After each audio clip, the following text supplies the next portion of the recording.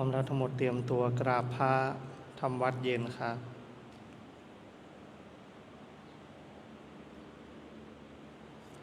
ทั้งหมดกราบพระพร้อมกันครับกราบกราบกราบกราบบารมีธรรมพ่อแม่ครูบาอาจารย์ครับทั้งหมดกล่าวคำบูชาพระรัตนตรัยพร้อมกันอิมินาสการนะพุทธังอภิปูชยามะอิมินาสการนะธัมมังอภิปูชยามะอิมินาสการนะสังฆังอภิปูชยามะอะระหังสัมมาสัมพุทโธภคะวาพุทธังภคะวันตังอภิวาเทมิสวากขาโตภคะวตาธัมโมธัมมังนามัสสามิสุปฏิปันโนภคะวะโตสาวกสังโฆสังฆังนามามิหันธรรมยังพุทธัสสะภะคะวะโตปุพพภาคณมะการังกโรมะเสนะโมตัสสะภะคะวะโตอะระหะโตสัมมาสัมพุทธัสสะนะโมตัสสะภะคะวะโตอะระหะโตสัมมาสัมพุทธัสสะนะโมตัสสะภะคะวะโตอะระหะโตสัมมาสัมพุทธัสสะพุทธังสรณังคัจฉามิธัมมังสรณังคัจฉามิสังฆังสรณังคัจฉามิทุติยัมปิพุทธังสรณังคัจฉามิทุติยัมปิธัมมังสรณังคัจฉามิทุติยัมปิสังฆังสรณังคัจฉามิตติยัมปิพุทธังสรณังคัจฉามิตติยัมปิธัมมังสรณังคัจฉามิตติยัมปิสังฆังสรณังคัจฉามิเปิดหนังสือไปที่หน้า12หันธรรมยังปฏิจจสมุปาทาธัมเมสุอิทัปปัจจยตาทิธรรมปทังปนามาเสอิทัพพิขเวอริยสาวโกปฏิจจสมุปาทันเยวะสาธุกังโยนิโสมนสิกโรติภิกษุทั้งหลายอริยสาวกในธรรมวินัยนี้ย่อมกระทำไว้ในใจโดยแยบคายเป็นอย่างดีซึ่งปฏิจจสมุปบาทนั้นเทียวดังนี้ว่าอิมัสสมิงสติอิทังโหติเมื่อสิ่งนี้มีสิ่งนี้ย่อมมีอิมัสสุปาทาอิทังอุปาชาติเพราะความเกิดขึ้นแห่งสิ่งนี้จึงเกิดขึ้น อิมัสสมิงอาสติอิทังนะโหติเมื่อสิ่งนี้ไม่มีสิ่งนี้ย่อมไม่มีอิมัสสะนิโรธาอิทังนิรุชาติเพราะความดับไปแห่งสิ่งนี้สิ่งนี้จึงดับไปยะทิทังได้แก่สิ่งเหล่านี้คืออวิชชาปัจจยาสังขาราเพราะมีอวิชชาเป็นปัจจัยจึงมีสังขารทั้งหลายสังขาระปัจจยาวิญญาณังเพราะมีสังขารเป็นปัจจัยจึงมีวิญญาณวิญญาณปัจจยานามรูปังเพราะมีวิญญาณเป็นปัจจัยจึงมีนามรูปนามรูปปัจจยาสาลายตนังเพราะมีนามรูปเป็นปัจจัยจึงมีสาลายตนะสาลายตนะปัจจยาภัสโสเพราะมีสาลายตนะเป็นปัจจัยจึงมีผัสสะผัสสะปัจจยาเวทนาเพราะมีผัสสะเป็นปัจจัยจึงมีเวทนาเวทนาปัจจยาตัณหาเพราะมีเวทนาเป็นปัจจัยจึงมีตัณหาตัณหาปัจจยาอุปาทานังเพราะมีตัณหาเป็นปัจจัยจึงมีอุปาทานอุปาทานะปัจจยาภโวเพราะมีอุปาทานเป็นปัจจัยจึงมีภพภาวะปัจจยาชาติ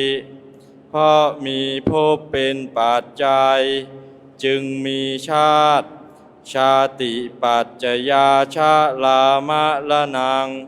โสกะปริเทวะทุกขโทมานัสสุปายาสาสัมภวันติเพราะมีชาติเป็นปัจจัยชาลามรณะโสกะปริเทวะทุกขโทมานัสอุปายาสะทั้งหลายจึงเกิดขึ้นครบถ้วนเอวะเมตัสสะเกวลันสะทุกขขันธันสะสมุทโยโหติความเกิดขึ้นพร้อมแห่งกองทุกข์ทั้งสิ้นนี้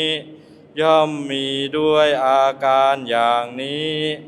อวิชชายาตเววะอาเสสะวิลาคะนิโรธาสังขาระนิโรโธเพราะความจางคายดับไปโดยไม่เหลือแห่งอวิชชานั้นเทียวจึงมีความดับแห่งสังขารสังขาระนิโรธาวิญญาณนิโรโธเพราะมีความดับแห่งสังขารจึงมีความดับแห่งวิญญาณวิญญาณนิโรธานามรูปะนิโรโธเพราะมีความดับแห่งวิญญาณจึงมีความดับแห่งนามรูปนามรูปะนิโรธาสาลายตนะนิโรโธเพราะมีความดับแห่งนามรูปจึงมีความดับแห่งสาลายตนะสาลายตนะนิโรธาผัสสะนิโรโธเพราะมีความดับแห่งสาลายตนะจึงมีความดับแห่งผัสสะผัสสะนิโรธาเวทนานิโรโธเพราะมีความดับแห่งผัสสะจึงมีความดับแห่งเวทนาเวทนานิโรธาตัณหานิโรโธเพราะมีความดับแห่งเวทนา จึงมีความดับแห่งตัณหาตัณหานิโรธาอุปาทานะนิโรโธเพราะมีความดับแห่งตัณหาจึงมีความดับแห่งอุปาทานอุปาทานะนิโรธาภาวะนิโรโธเพราะมีความดับแห่งอุปาทานจึงมีความดับแห่งภพภาวะนิโรธาชาตินิโรโธเพราะมีความดับแห่งภพจึงมีความดับแห่งชาติ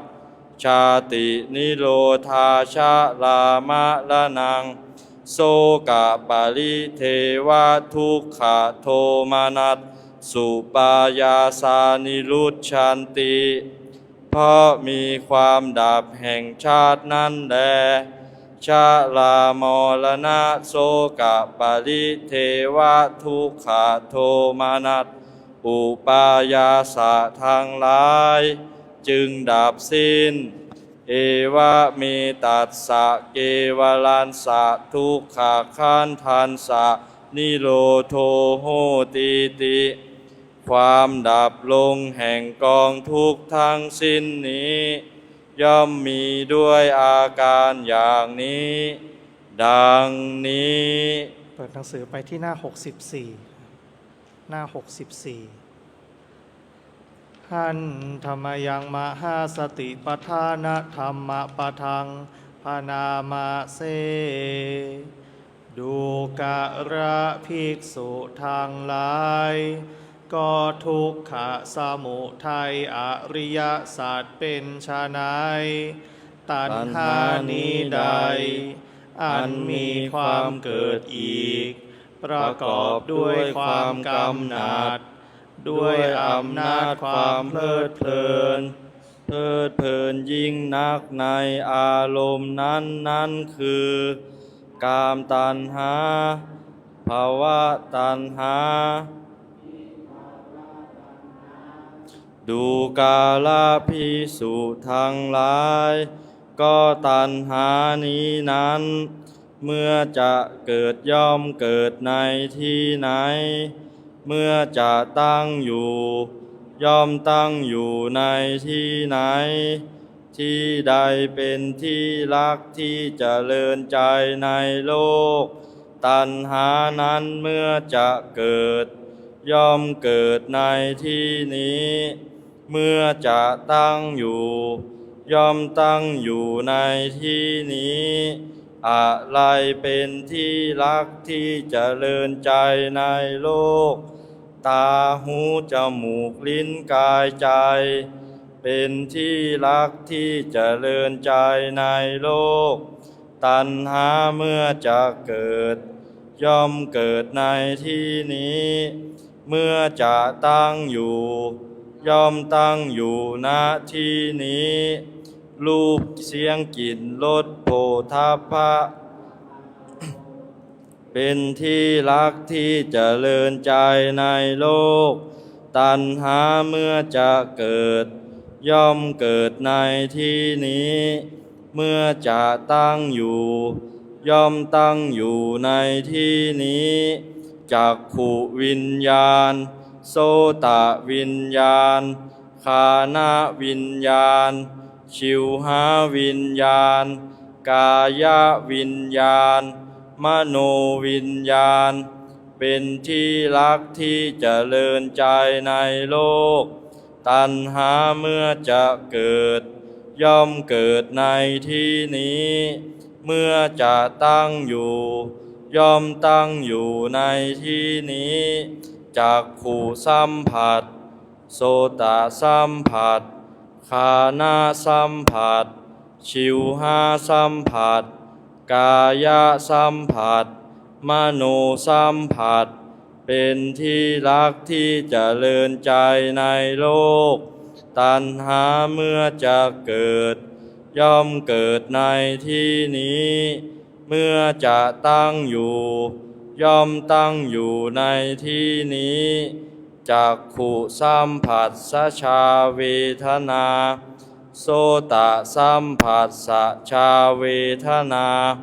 คานะสัมผัสสะชาเวทนาชิวหาสัมผัสสะชาเวทนากายสัมผัสสะเชวาทนามโนสัมผัสสะเชวาทนาเป็นที่รักที่เจริญใจในโลกตัณหาเมื่อจะเกิดย่อมเกิดในที่นี้เมื่อจะตั้งอยู่ย่อมตั้งอยู่ในที่นี้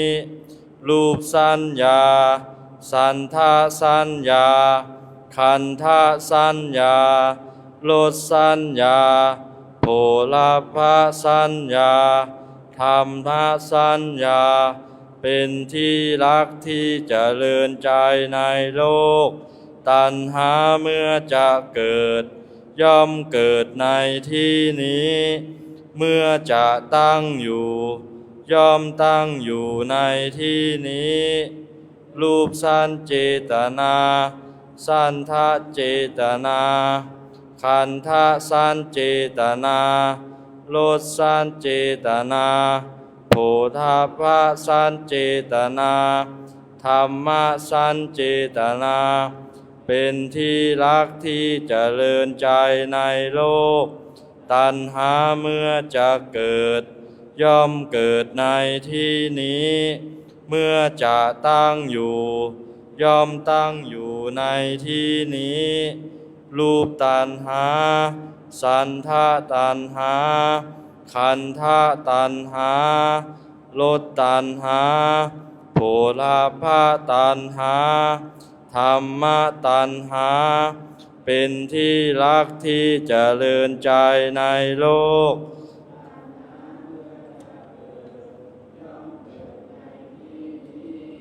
เมื่อจะตั้งอยู่ย่อมตั้งอยู่ในที่นี้รูปวิตกสัทธวิตกขันธวิตกรสวิตกโผฏฐัพพวิตกธัมมวิตกเป็นที่รักที่เจริญใจในโลกตัณหาเมื่อจะเกิดย่อมเกิดในที่นี้เมื่อจะตั้งอยู่ย่อมตั้งอยู่ในที่นี้รูปวิจารสัทธวิจารขันธวิจารรสวิจารโผฏฐัพพวิจารธัมมวิจารเป็นที่รักที่เจริญใจในโลก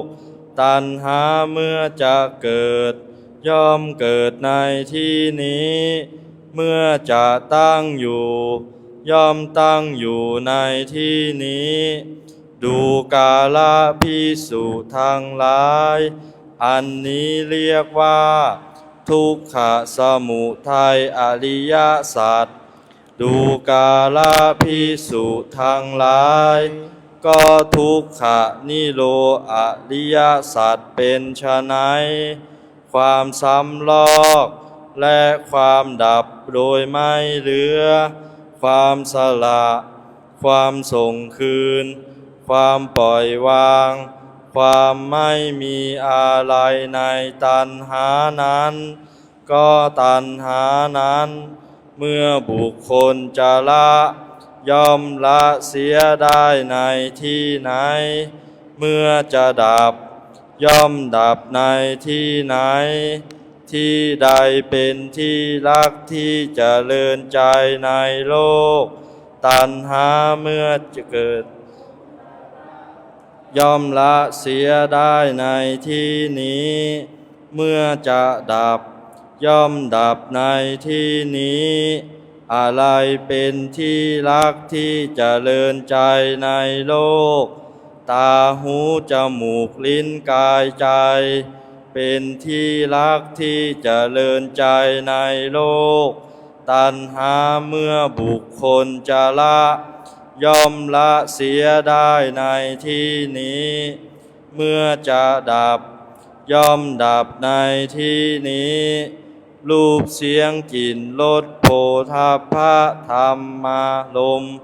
เป็นที่รักที่เจริญใจในโลกตัณหาเมื่อบุคคลจะละย่อมละเสียได้ในที่นี้เมื่อจะดับย่อมดับในที่นี้จักขุวิญญาณโสตวิญญาณฆานวิญญาณชิวหาวิญญาณกายวิญญาณมโนวิญญาณเป็นที่รักที่เจริญใจในโลกตัณหาเมื่อบุคคลจะละย่อมละเสียได้ในที่นี้เมื่อจะดับย่อมดับในที่นี้จักขุสัมผัสโสตสัมผัสฆานสัมผัสชิวหาสัมผัสกายสัมผัสมโนสัมผัสเป็นที่รักที่เจริญใจในโลกตัณหาเมื่อบุคคลจะละ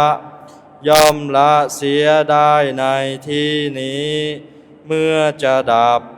ย่อมดับในที่นี้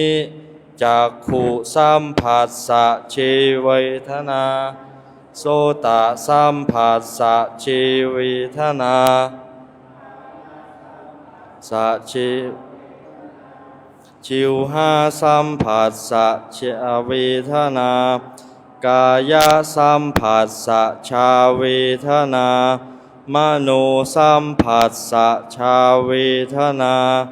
เป็นที่รักที่เจริญใจในโลกตัณหาเมื่อบุคคลจะละย่อมละเสียได้ในที่นี้เมื่อจะดับย่อมดับในที่นี้รูปสัญญาสัทธสัญญาขันธสัญญารสสัญญาโผฏฐัพพสัญญาธรรมสัญญาเป็นที่รักที่เจริญใจในโลกตัณหาเมื่อบุคคลจะละย่อมละเสียได้ในที่นี้เมื่อจะดับย่อมดับในที่นี้รูปสัญเจตนาสัทธสัญเจตนาขันธสัญเจตนาโลสัญเจตนาโผฏฐัพพสัญเจตนาธรรมสัญเจตนาเป็นที่รักที่เจริญใจในโลกตัณหาเมื่อบุคคลจะละย่อมละเสียได้ในที่นี้เมื่อจะดับย่อมดับในที่นี้รูปตัณหาสัทธตัณหาขันธตัณหารสตัณหาโผฏฐัพพตัณหาธรรมตัณหาเป็นที่รักที่เจริญใจในโลกตัณหาเมื่อบุคคลจะละย่อมละเสียได้ในที่นี้เมื่อจะดับย่อมดับในที่นี้รูปวิตกสัทธวิตกขันธวิตกรสวิตกโผฏฐัพพวิตกธรรมวิตกเป็นที่รักที่เจริญใจในโลกตัณหาเมื่อบุคคลจะละย่อมละเสียได้ในที่นี้เมื่อจะดับย่อมดับในที่นี้รูปวิจารสัทธวิจาร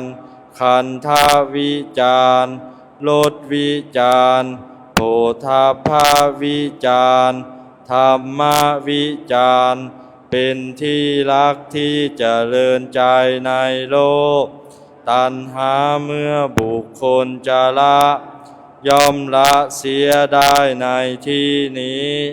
เมื่อจะดับย่อมดับในที่นี้ดูกาลภิกษุทั้งหลายอันนี้เรียกว่าทุกขนิโรธอริยสัจ ดูกาลภิกษุทั้งหลายก็ทุกขนิโรธาธามินีปฏิปทาอริยสัจเป็นไฉนนี่คือมรรคมีองค์8อันประเสริฐคือสัมมาทิฏฐิสัมมาสังกัปปะสัมมาวาจาสัมมากัมมันตะสัมมาอาชีวะสัมมาวายามะสัมมาสติสัมมาสมาธิก็สัมมาสมาธิความรู้ในทุกข์ความรู้ในทุกขสมุทัยความรู้ในทุกขนิโรธความรู้ในทุกขนิโรธาธามินีปฏิปทาอันนี้เรียกว่าสัมมาทิฏฐิสัมมาสังกัปปะเป็นไฉนความดำริในการออกจากกามความดำริในความไม่พยาบาทความดำริในอันไม่เบียดเบียนอันนี้เรียกว่าสัมมาสังกัปปะสัมมาวาจาเป็นไฉนการงดเว้นจากการพูดเท็จงดเว้นจากการพูดส่อเสียดงดเว้นจากการพูดคำหยาบงดเว้นจากการพูดเพ้อเจ้ออันนี้เรียกว่าสัมมาวาจาสัมมากัมมันตะเป็นไฉนการงดเว้นจากการฆ่าสัตว์งดเว้นจากการถือเอาสิ่งของที่เขามิได้ให้งดเว้นจากการประพฤติผิดในกามอันนี้เรียกว่าสัมมากัมมันตะสัมมาอาชีวะเป็นไฉนอริยสาวกในธรรมวินัยนี้ละการเลี้ยงชีพที่ผิดเสียสำเร็จการเลี้ยงชีพด้วยการเลี้ยงชีพที่ชอบอันนี้เรียกว่าสัมมาอาชีวะสัมมาวายามะเป็นไฉนภิกษุในธรรมวินัยนี้เกิดฉันทะพยายามปราลบความเพียรประคองจิตไว้ตั้งจิตไว้เพื่อมิให้อกุศลธรรมอันลามกที่ยังไม่เกิดบังเกิดขึ้นเพื่อละอกุศลธรรมอันลามกที่บังเกิดขึ้นแล้ว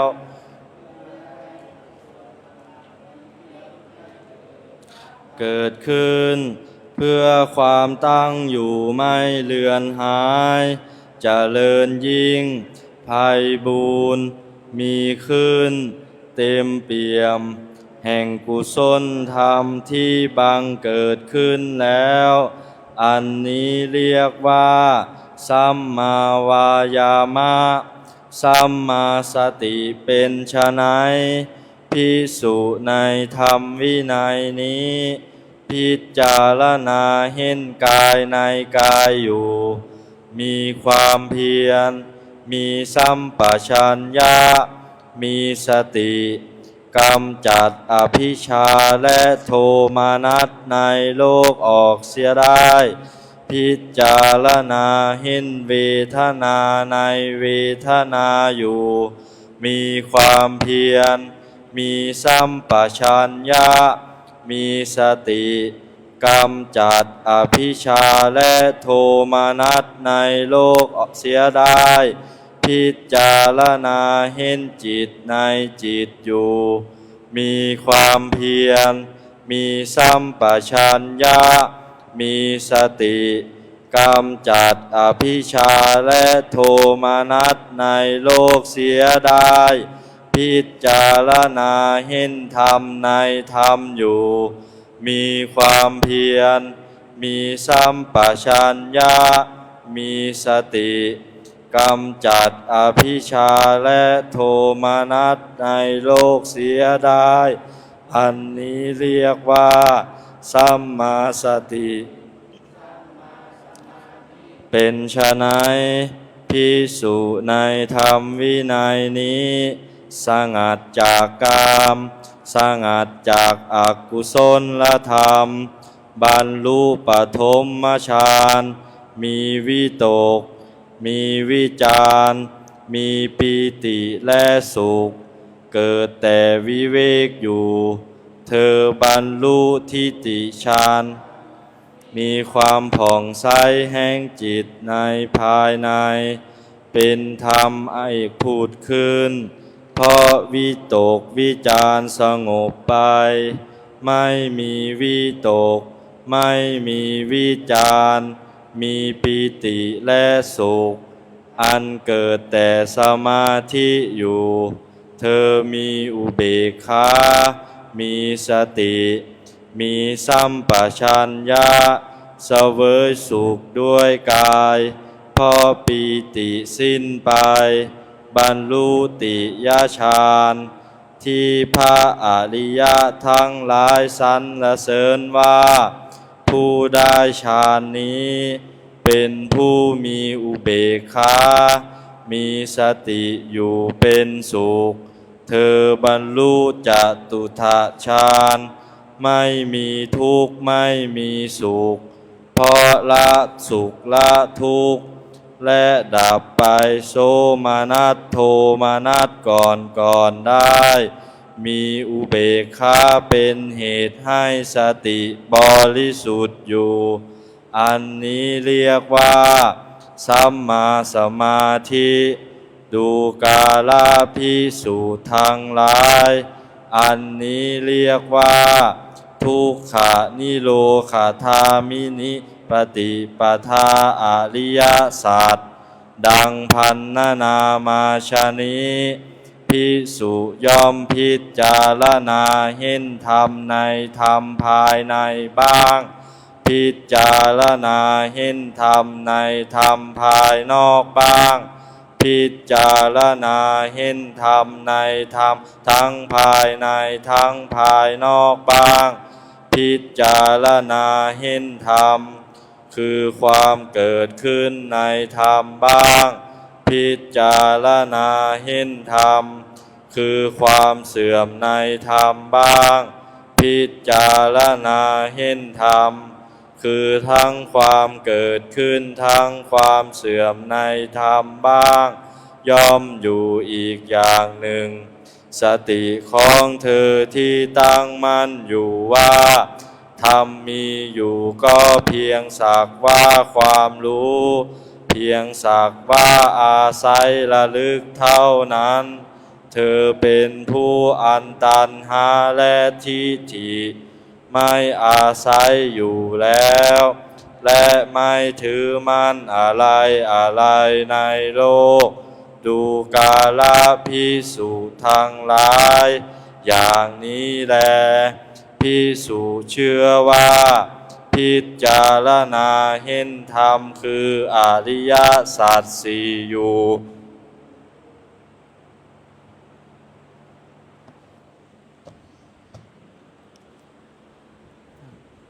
น่าจะเอาให้จบนะ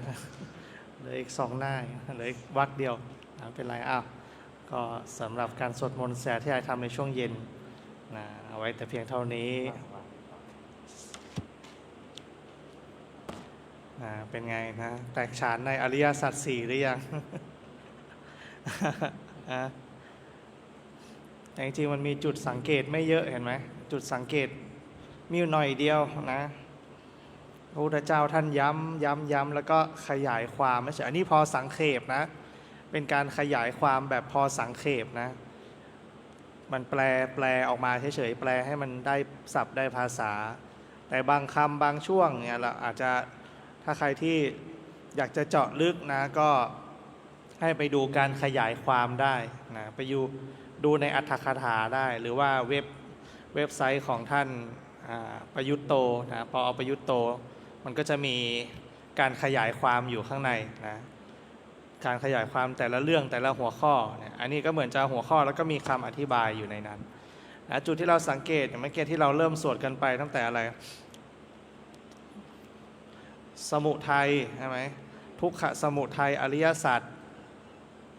เห็นไหมแล้วก็อะไรนิโรธนะและสุดท้ายคือวรรคของมรรคนะเป็นมรรคทุกขานิโรธคามินีปฏิปทาอริยสัจอย่างเงี้ยนะอันนี้คือ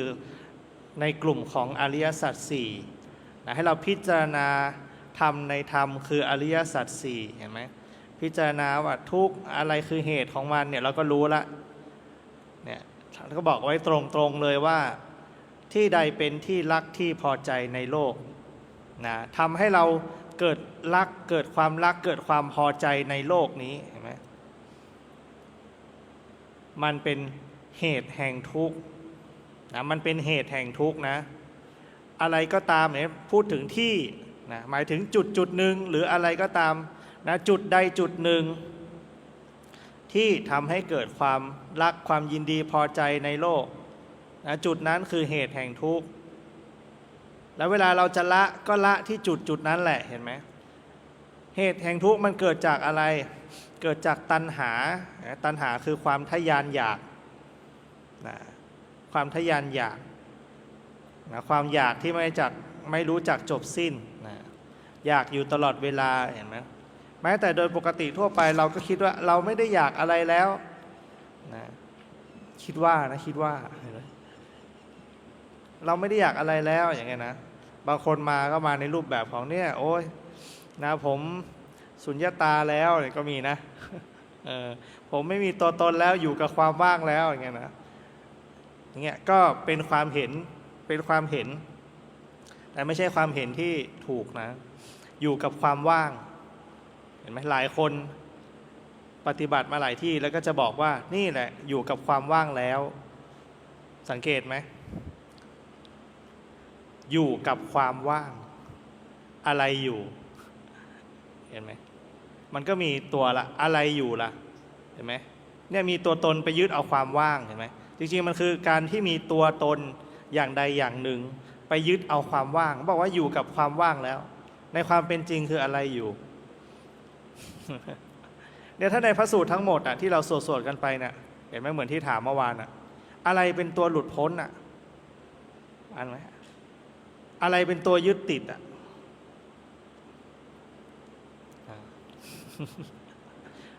ตัวหลุดพ้นกับตัวยึดติดคือตัวเดียวกันนะถ้าเรามองออกมันคือตัวเดียวกันอย่างเช่นอะไรเนี่ยที่รักที่พอใจในโลกตาหูจมูกลิ้นกายใจเนี่ยทำไมเราถึงรู้ที่ตามันมีอะไรไปรู้เห็นไหมเราถึงรู้ที่หูอะไรมีอะไรไปรู้มีอะไรไปรู้ที่ตามีอะไรไปรู้ที่หูฮะในนี้ก็บอกอยู่ไม่ใช่เหรอ จริงๆมันก็คือจิตนั่นแหละเห็นไหมในที่นี้ท่านใช้คำว่าวิญญาณเพราะอะไรกำลังพูดถึงกระบวนการของขันธ์ห้าอยู่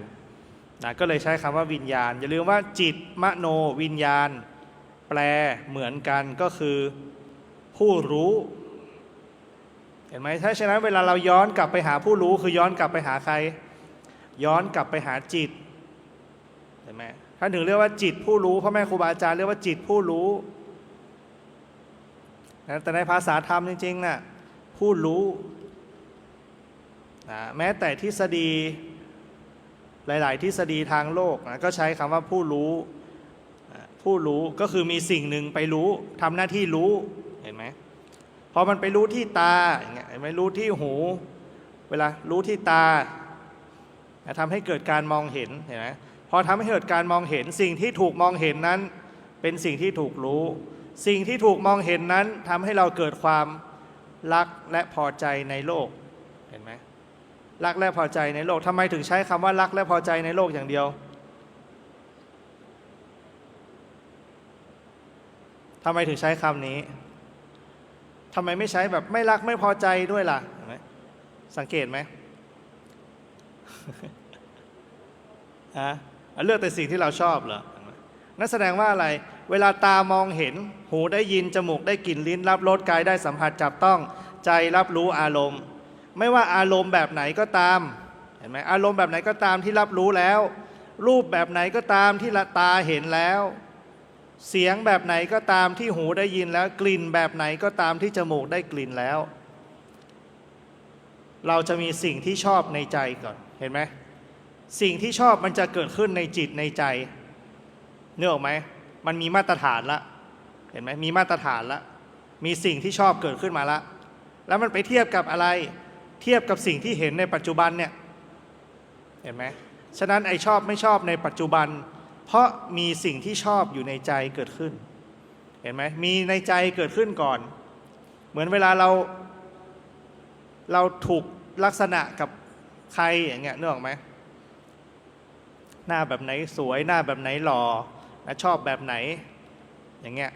เห็นไหมมันก็จะค้างไว้อย่างนั้นอ่ะค้างไว้อย่างนั้นคืออะไรมันเป็นสัญญาอย่างนั้นว่าอันนี้แบบเนี้ยสวยแบบเนี้ยหล่อนึกออกไหมมันก็จะค้างไว้อย่างนั้นอ่ะถ้าถามว่าถ้าจริงๆคือบางทีคนมันหมดรักกันเพราะอะไรเพราะมันเปลี่ยนจากรูปลักษณ์นั้นไปแล้วถูกไหม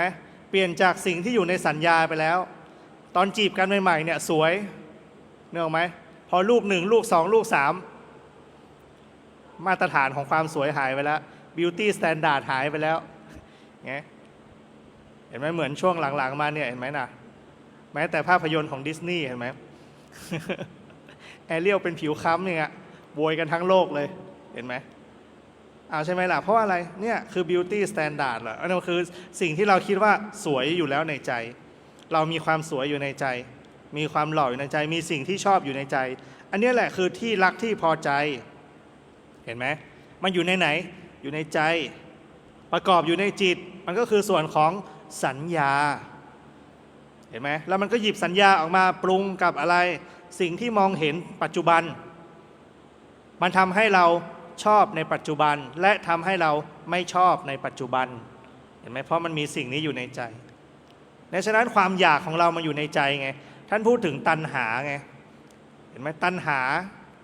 ความทะยานอยากมันอยู่ข้างในถ้าฉะนั้นเวลาดับที่ไหนดับที่ใจเห็นไหมล่ะก็โดยการที่เราต้องมานั่งพิจารณาตามความเป็นจริงกันไงความเป็นจริงว่าอะไรมันสวยนะแต่สวยไม่ตลอดเห็นไหมมันหล่อนะแต่มันหล่อไม่ตลอดอย่างเงี้ยมันดีนะแต่มันดีไม่ตลอดเหมือนทุกอย่างอ่ะใหม่แต่ใหม่ไม่ตลอดเห็นไหมซื้อโทรศัพท์มาอย่างเงี้ยนะก่อนแกะกล่อง40,000เป็นไงหลังแกะกล่องแล้วลดหวบแล้วหายไปละ2-3 พันละเห็นไหมยังไม่ได้เปิดเครื่องเลยนะแค่แกะกล่องนะถ้าเป็นไง iOS ก็จะหายน้อยหน่อยใช่ไหมถ้าเป็น Android ก็จะหายเยอะหน่อยเห็นไหม iOS อาจจะลดลงไป1,000-2,000นะ Android เป็นไงไปละ 5,000 แน่ๆหายไปแล้วนะแค่แกะกล่องนะเนี่ยเห็นไหมล่ะมันไม่ตลอดเห็นไหมล่ะมูลค่ามันไม่ตลอดเห็นไหมทุกอย่างในโลกเป็นเหมือนกันหมดรูปแบบเดียวกันหมดมูลค่ามันไม่แน่นอนเปลี่ยนแปลงตลอดเวลาขึ้นอยู่กับอะไรขึ้นอยู่กับอุปสงค์อุปทานเนี่ยจริงๆขึ้นอยู่กับความทะยานอยากเห็นไหมใครจะปั่นให้เกิดความอยากมากนะพออยากมากปุ๊บราคามันจะขึ้นใช่ไหมเหมือนสมเด็จพิมพ์ทองใช่ไหม ราคาขึ้นเลยใช่ไหมเห็นไหมเพราะเป็นการกระตุ้นให้เกิดความอยากให้เห็นว่ามันเป็นของหายากนะมันมีน้อยนะเห็นไหมล่ะสร้างคุณค่าเนี่ยแล้วเราก็ไปหลงกับคุณค่าเหล่านั้นนะทั้งที่อะไรถ้าพูดกันตามหลักจริงๆมันก็คือธาตุในธรรมชาติดินน้ำไฟลมผสมปนเปกันเป็นวัตถุหนึ่งเห็นไหมพอแยกส่วนออกมากับดินน้ำไฟลมนั่นแหละเห็นไหมแล้วพอมันผุมันพังมันเสียมันหายก็กลายเป็นของไร้ค่าเห็นไหมสุดท้ายก็จะมีรถแห่นะโทรศัพท์เก่ามาแลกได้นะ แลกไข่ใช่ไหมเคยได้ยินไหมเนี่ยอยู่แถวเนี้ยมีมาบ่อยๆนะแลกไข่แลกกะละมัง เห็นไหมสุดท้ายกลายเป็นแค่นั้นแล้วอ่ะกลายเป็นของที่เอามาอะไรแลกไข่แลกกะละมังโอ้ตอนซื้อนี่นะหลายใบเทาสุดท้ายแลกไข่ไม่กี่ฟองเห็นไหมล่ะเมื่อการเวลาเปลี่ยนมูลค่าเปลี่ยนนี่แหละคือความไม่เที่ยงของโลกเราไม่ใช่เฉพาะสิ่งภายนอกสิ่งภายในก็เหมือนกันเห็นไหมสิ่งภายในก็เหมือนกันฉะนั้นนี่แหละคือที่รักที่พอใจในโลกมันมีที่รักที่พอใจอ่ะมันอยู่ในจิตในใจเนี่ยมันเป็นสัญญาและเราก็เปรียบเทียบสัญญานี้กับความเป็นจริงเสมอเห็นไหมเราเอาสัญญาไปทับมันจึงไม่เห็นภาพของความเป็นจริงพอความเป็นจริงไม่เป็นอย่างที่เราต้องการทุกข์ก็เลยเกิดความไม่พอใจก็เลยเกิดใช่ไหม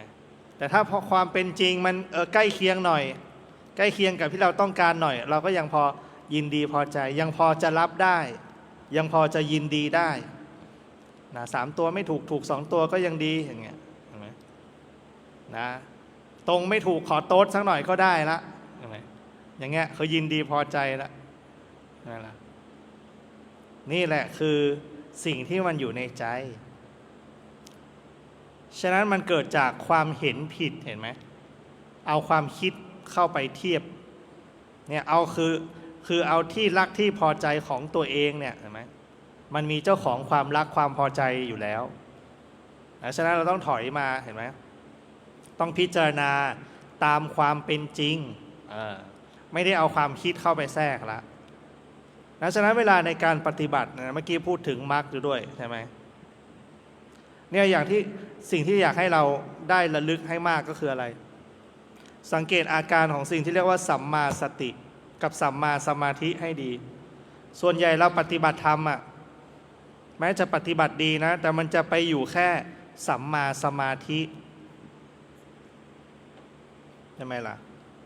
สงัดแล้วจากกามสงัดแล้วจากอกุศลกรรมทั้งหลายมันสงัดจริงหรือเปล่าแต่ถ้าสงัดปุ๊บอาจจะได้แล้วปฐมฌานเวลาสงัดไม่ได้คืออะไรนิวรณ์5เข้าแทรกกามฉันทะพยาบาททินมิทะอุทธัจจะกุกุจจาวิจิกิจฉากามฉันทะคืออะไรก็ยังยินดีพอใจอยู่ยังยินดีพอใจในตามองเห็นหูได้ยินจมูกได้กลิ่นลิ้นรับรสกายได้สัมผัสจับต้องอยู่ใช่ไหมพยาบาทก็คืออะไรไม่ได้สักทีหงุดหงิดโมโหครับข้องหมองใจขุ่นเคืองใจความคิดเครียดแค้นอาฆาตมาดร้ายประทุษร้ายทำลายเห็นไหมรำคาญอะไรอย่างเงี้ยนะนั่งไม่สงบสักทีเลยมาปฏิบัติธรรมแทนที่จะมีความสุขเห็นไหมเนี่ยคือพยาบาทอันนี้คืออะไรตกไปอยู่ในอันแรกละเห็นไหมมีกามฉันทะอยู่ในเบื้องต้นทีนามิทะคือง่วงเหงาหานอนเศร้าซึมเห็นไหมง่วงเหงาหานอนเศร้าซึมทีนามิทะนั่งไปนั่งมาง่วงปฏิบัติง่วงกินอิ่มหนังท้องตึงน้ำตาย่อนอย่างช่วงตอนบ่ายเนี่ยเพลียๆหน่อยแดดก็ร้อนนะพักผ่อนน้อยไม่ได้พอนะอย่างเงี้ยมันก็เกิดอาการมันเป็นปกติหรอกนะเป็นปกติแต่ให้เรารู้ทันมันว่าเป็นอย่างเงี้ยเห็นไหมเนี่ยคือฉันจะตกอยู่ในถีนมิทะเหรอจะปล่อยให้มันเป็นอย่างนั้นไหมหรือว่าจะฝืนมันอย่างเงี้ยเราต้องมาต่อสู้กับมันแล้วทีเนี้ยเห็นไหมจึงต้องมีการกระทำก่อนนะเพื่อจะได้ไม่ต้องกระทำนะแต่อยู่ดีๆจะไม่ทำอะไรเลยได้ไหมยังไม่ได้มันต้องฝึกก่อนนะอันนี้ถีนมิทะอุทธัจจะกุกุจจะความฟุ้งซ่านรำคาญใจเห็นไหมเหมือนเวลาเรานั่งภาวนามันไม่สงบคิดอยู่นั่นแหละในหัวเนี่ยสมองแล่นตลอดเวลาเงี้ยคิดสารพัดนะสังเกตเลยมันสัญญาทั้งนั้นน่ะคิดไปในอดีตมาเพ้อไปในอนาคตอยู่ในหัวตลอดเวลาเห็นไหมสุดท้ายคือวิจิกิจฉาความลังเลสงสัยถึงหรือยังนิ่งหรือยังสงบหรือยังไม่สงบไหมนะตอนนี้จิตอยู่ตรงไหนอย่างเงี้ยเห็นไหมมันก็จะตกไปในเนี้ยนิวรณ์5มันก็จะวนกันอยู่อย่างเงี้ยเห็นไหมมันคืออาการของนิวรณ์5มันไม่ได้เกิดขึ้นทีละตัวหรอกแต่มันเกิดขึ้นต่อเนื่องกันเห็นไหมสืบเนื่องต่อเนื่องกันแล้ววนกันอยู่อย่างนั้นวนกันอยู่ใน5ตัวเนี่ยวนไปเรื่อยๆนะอันนั้นคืออาการของอะไรกามฉันทะเป็นเบื้องต้นเห็นไหมแต่ถ้าเราสงัดจากกาม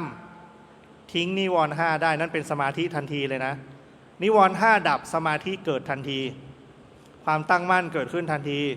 เหมือนรู้ลมหายใจเนี่ยนะหนึ่งลมหายใจก็เป็นสมาธิแล้วหายใจเข้าในหนึ่งลมหายใจก็เป็นสมาธิแล้วหายใจออกหนึ่งลมหายใจก็เป็นสมาธิแล้ว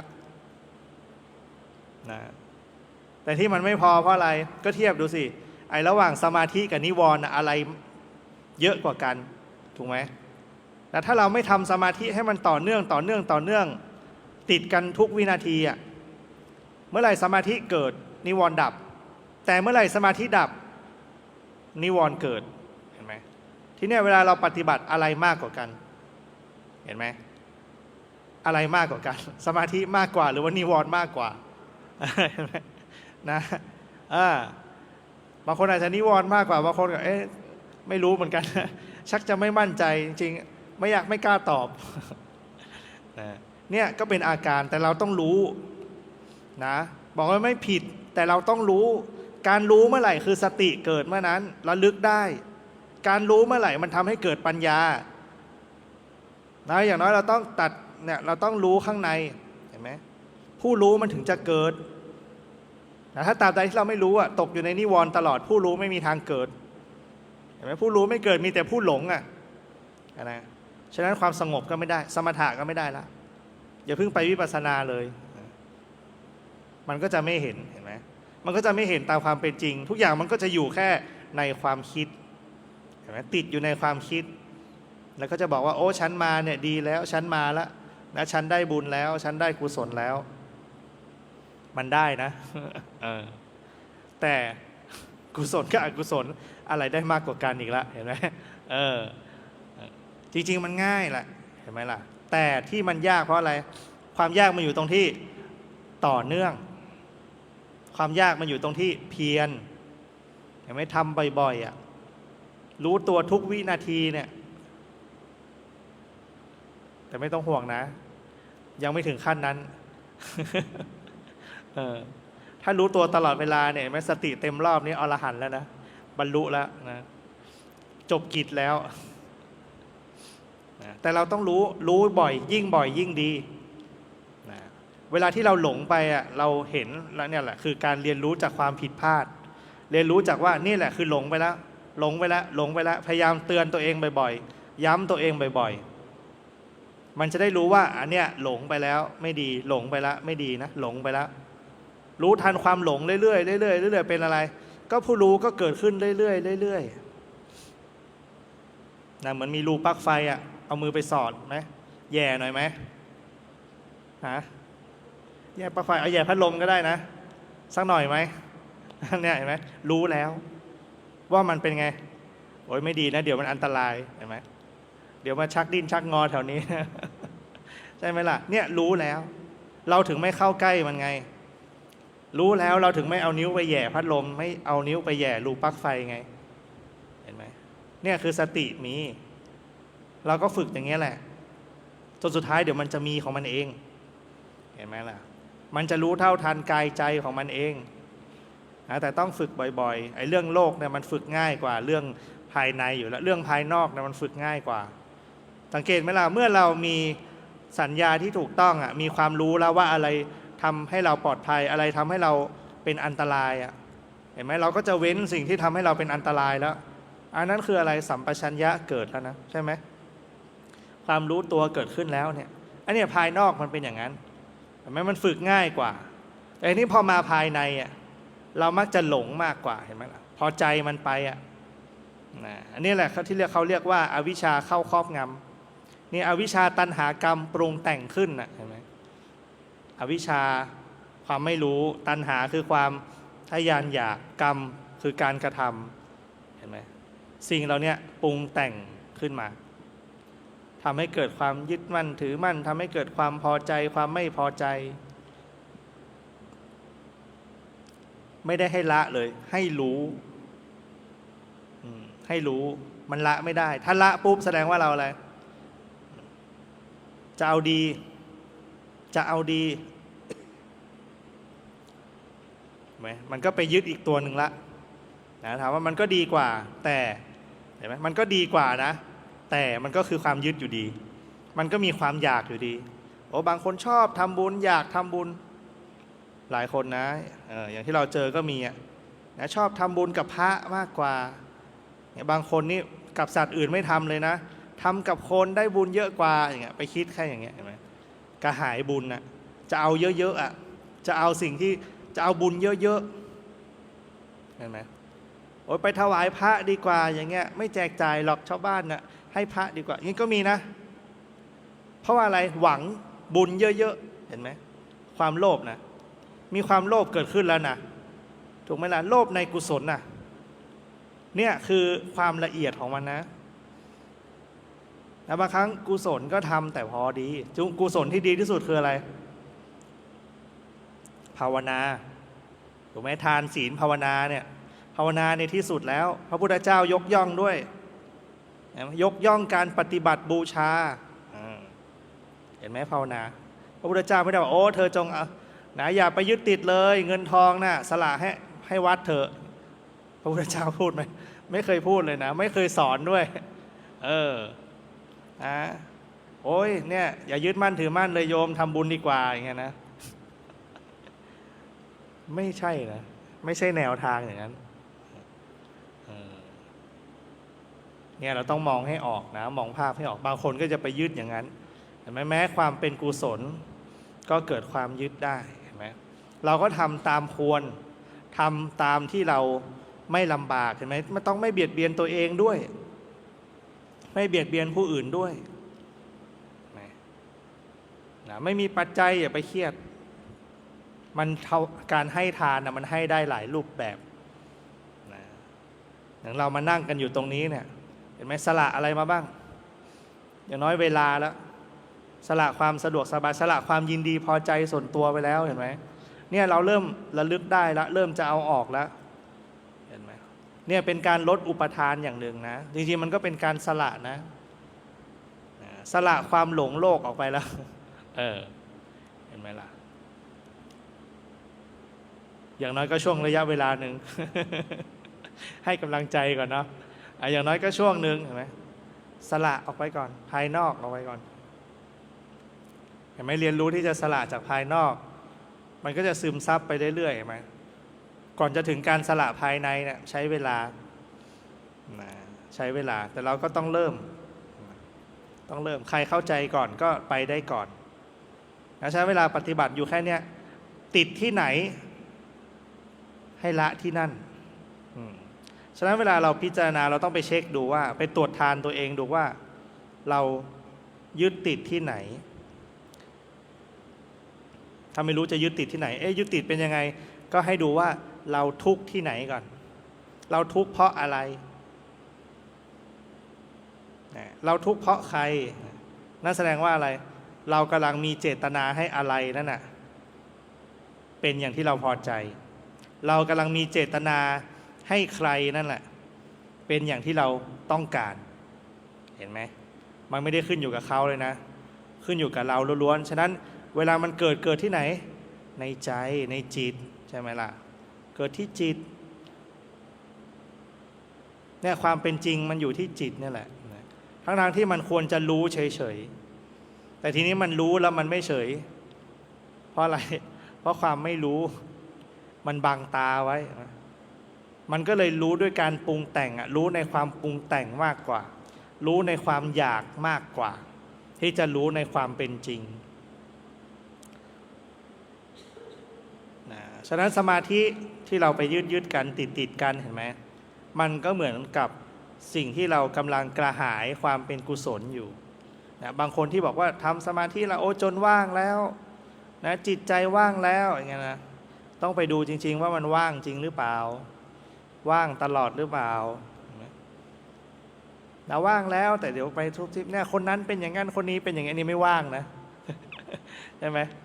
เราว่างแล้วทำไมเธออย่างนั้นเธออย่างนี้นะอัน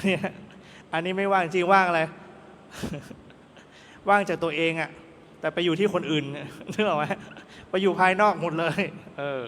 เห็นไหมการตัดสินคนอื่นอ่ะมันไม่ใช่ว่าตัวเองดีนะไม่ได้หมายความว่าตัวเองดีเลยนะบางครั้งเนี่ยการที่ พูดถึงคนอื่นเนี่ยเห็นไหมจริงๆในพระไตรปิฎกก็พูดถึงคนอื่นอยู่นะพูดถึงคนอื่นตลอดเวลาไหมเราพูดเรื่องตัวเองน้อยส่วนใหญ่เราพูดแต่เรื่องคนอื่นเนี่ยเอวาเมสุตังนะครับพระเจ้าได้ยินมาอย่างนี้เนี่ยสมัยหนึ่งพระพุทธเจ้านะพูดถึงพระพุทธเจ้าอีกแล้ว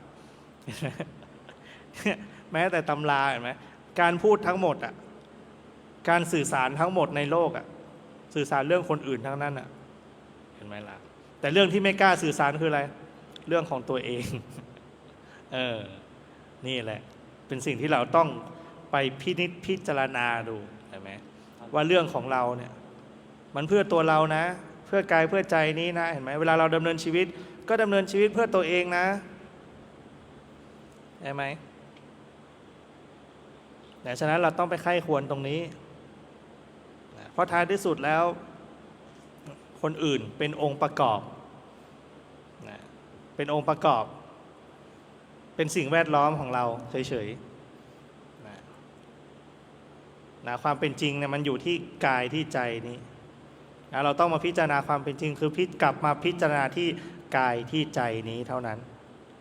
นะมันถึงจะแก้ไขได้นะนี่เราจะไปเพ่งโทษภายนอกอย่างเดียวไปแก้ไขภายนอกอย่างเดียวไม่มีทางหรอก100 วันพันชาติไม่มีทางแก้ได้ถ้าแก้ที่ภายนอกอ่ะนะถ้ามันแก้ได้จริงนะเลือกตั้งแล้วไม่ต้องมีคนบ่นนะ เห็นไหมมันก็ยังมีคนพอใจคนไม่พอใจอยู่เลยอ่ะอ้าวเนี่ยคือการไม่ยอมรับผลนะเห็นไหมล่ะเพราะอะไรใครไม่ยอมรับ ไม่ยอมรับเพราะอะไรอาจจะสูญเสียผลประโยชน์เห็นไหมผลประโยชน์ของใครเนี่ยกลับมาที่ตัวเองละเห็นไหมล่ะเห็นไหมเนี่ยสิ่งเหล่านี้มันอยู่ในชีวิตเราจริงๆนะฉะนั้นธรรมะมันเป็นความจริงที่มันอยู่ในชีวิตที่มันอยู่ในโลกอย่างนี้แหละนะฉะนั้นเราอย่าเอาแต่สมาธิอย่างเดียวนะหลายครั้งเราปฏิบัติเพื่อเอาสมาธิเพื่อเอาความสงบมันสงบได้ชั่วคราวเท่านั้นนะความเป็นจริงคือต้องยอมรับความจริงมันถึงจะสงบได้นะยอมรับความจริงมันถึงจะสงบได้นะไม่ได้การนั่งนิ่งๆไม่ขยับแล้วจะสงบไม่ใช่นะสงบที่แท้จริงคือไม่สั่นไหวไปกับสิ่งที่มากระทบเห็นไหมไม่สั่นไหวไปกับสิ่งที่มากระทบนะไม่สั่นไหวไปกับอารมณ์เห็นไหมนั่นน่ะคือความสงบไม่ใช่การนั่งนิ่งๆเห็นไหมไม่ใช่การนั่งหลับตานิ่งๆหรือว่าการตั้งใจเดินให้มันอยู่แต่ตัวนี่แหละไม่ไปไหนอะไรเงี้ยมันก็ได้เฉพาะเวลาอย่างนั้นอ่ะมันเป็นการฝึกให้เราสัมผัสได้เฉยๆแต่มันไม่ใช่วิธีการทั้งหมดนะเหมือนที่นี่นะเห็นไหมเป็นทางสายเอกก็จริงนะแต่ที่นี่ไม่ใช่ทางที่ไปอันเอกนะทางที่ไปอันเอกคืออยู่ที่ใจใจมันไปอยู่ที่ใจมันจะไปหรือเปล่าจะดำเนินหรือเปล่าไม่ได้อยู่ที่สถานที่ไม่ได้อยู่ที่ผู้คนเห็นไหมมันต้องกลับไปที่กายที่ใจท้ายที่สุดคือกลับไปอยู่ที่ใจอยู่ที่จิตเพราะสุดท้ายแล้วเห็นไหมตัวที่สุขตัวที่ทุกข์ตัวที่หลุดพ้นตัวที่ไม่หลุดพ้นก็คือจิตนั่นแหละนะเหมือนจิตตานุปัสสนาสติปัฏฐานเนี่ยไหมที่สวดกันไปวันก่อนจิตหลุดพ้นก็รู้ว่าจิตหลุดพ้นจิตไม่หลุดพ้นก็รู้ว่าจิตไม่หลุดพ้นหรือแม้แต่อะไรจิตฟุ้งซ่านก็รู้จิตมีสมาธิก็รู้จิตไม่มีสมาธิก็รู้นั่นน่ะรู้ตามความเป็นจริงเห็นไหมทำให้ผู้รู้มันเกิดธรรมชาติของมันเห็นไหมเมื่อไหร่เกิดผู้รู้อันนั้นแหละคือจิตเดิมแท้แล้วอะเห็นไหมจิตเดิมแท้คือมีธรรมชาติที่รู้เฉยๆรู้ตามความเป็นจริงอะไรจะเกิดขึ้นก็ให้รู้สิ่งนั้นนะแต่โดยส่วนใหญ่แล้วเราไม่ยอมรับความจริงเราเลือกเอาเห็นไหมเพราะเป็นจิตที่มีอวิชชาเข้าครอบงำอยู่นะมีอวิชชาครอบงำคือมีความไม่รู้มีความอยากอย่างเงี้ยไปเจือปนมากหน่อยเห็นไหมฉะนั้นเวลาถ้าอยากจะเข้าไปถึงนะจิตเดิมแท้หรือจิตผู้รู้เนี่ยมันคืออาการที่รู้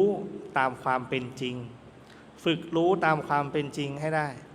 แล้วจิตมันจะเรียนรู้ความเป็นจริงไปเรื่อยๆเรื่อยๆเรื่อยๆจนท้ายที่สุดแล้วมันยอมรับว่านั่นแหละคือความเป็นจริงสัญญาที่ถูกต้องจะเกิดเรียกอีกอย่างหนึ่งว่าสัมมาทิฏฐิความเห็นชอบจะเกิดเห็นไหมพอความเห็นชอบเกิดจิตก็คือจิตกายก็คือกายนี่ขันธ์ห้าก็คือขันธ์ห้านี่เห็นไหมมันก็จะเห็นว่าอะไรกายใจไม่ใช่เราอย่างเงี้ยอันนั้นเป็นเรื่องของอนาคตอันนั้นเป็นเรื่องของการฝึกไปให้เห็นด้วยตัวเองแล้วเดี๋ยวจะเข้าใจความเห็นชอบจะเกิดพอเห็นชอบจะเกิดไม่มีตัวตนยังไม่ต้องหรอกนะยังไม่ต้องถึงขั้นสุญญตาหรอกแค่เห็นว่ากายใจนี้ไม่ใช่เราเนี่ยเห็นไหมความทะยานอยากความดิ้นรนที่จะมีจะเป็นมันจะน้อยลงไปเองแล้วมันจะน้อยลงไปเองตามเหตุตามปัจจัยของมันก็ความอยากมันหมดไม่ได้เกื้อหนุนอะไรเพื่อตัวเองให้มากแล้วมันยังไม่หมดนะมันแค่ลดลงเรื่อยๆเรื่อยๆเรื่อยๆจนท้ายที่สุดก็ในเมื่อมันเริ่มลดแล้วนะยังไงมันก็ต้องหมดสักวันหนึ่งเหมือนเราใช้ความเพียรเป็นเครื่องเผากิเลสนั่นแหละท้ายที่สุดแล้วมันก็หมดถ้าเราไม่เติมกิเลสใหม่เข้าไปนะแต่ถ้าเมื่อไหร่ที่เผาไปเติมไปเป็นไงเมื่อไหร่จะหมดใช่ไหมฉะนั้นเราต้องปฏิบัติดีๆต้องพิจารณาตัวเองดีๆรู้ให้มากกว่าหลงพยายามสร้างรู้ให้มากกว่าหลงเบื้องต้นต้องพยายามเบื้องต้นต้องอาศัยความเพียรเบื้องต้นต้องอาศัยการกระทำก่อนก็คือการพิจารณาก่อนดูมันก่อนเพื่อให้เกิดความเข้าใจที่ถูกต้องวันนี้พอสมควรแก่เวลาให้เรามีสติระลึกรู้ที่กายผ่อนคลายอิริยาบถขยับแขนขยับขาทำความรู้สึกตัวบิดซ้ายบิดขวากันหน่อย